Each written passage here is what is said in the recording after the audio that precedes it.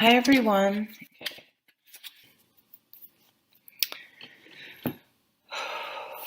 So, Virgo, let's get to it.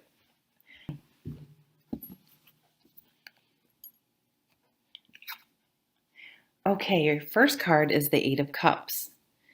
So, the Eight of Cups is a card that comes up when you need to walk away from something that is no longer emotionally positive for you anymore. So, this can play out in big and small ways. It can play out in relationships, a job. It can be even something small like the place where you go get your hair cut, like the person's somehow disrespectful or you don't like they're, I don't know. This is a stupid example, but sorry, you're one of my last readings, so I'm starting to lose it here. But it doesn't have to be something huge. But, it usually is something that's been causing you quite a bit of stress. Like it's probably something that's kept you up, keeping you up at night, or that anytime you have to deal with this situation, you kind of dread it.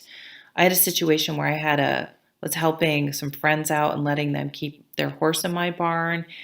And it got to the point, I mean, they just sort of, nothing they said they were going to do, they did. And it got to the point where I hated going to the barn. And going to the barn was like my, one of my, like my sanctuary. Like it always made me feel better. And it was just like, I cannot, I now, this place that I once loved, it just created a bad situation. I had to kick them out and I actually lost a friend over it. But were they really a friend if they were that disrespectful and didn't hold up their end of the bargain?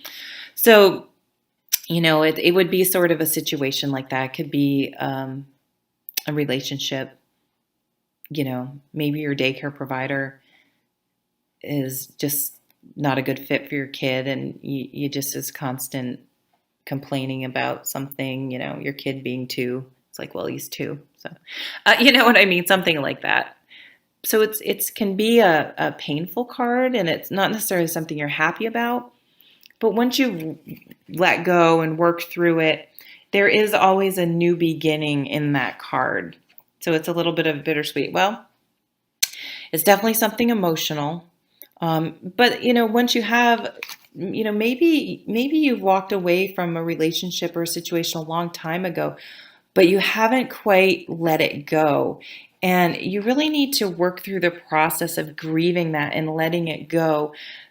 Because look what's right here, a new emotionally fulfilling and balanced partnership. This could be in any of those things I said, it could be a love relationship.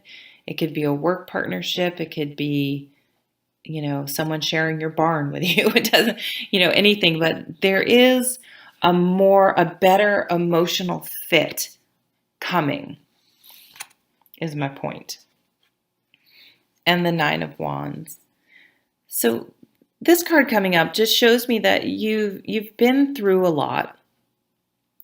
And, the traditional card has this guy with a bandage around his head and he has nine swords and he's kind of leaning on one and he looks pretty tired and battle weary, but he's still standing and he's still able to he's prepared for the next fight. Like he's not giving up. He's fine. He can do it. So I'm feeling like some of you guys are really going to look at if you are open to allowing something new to come in.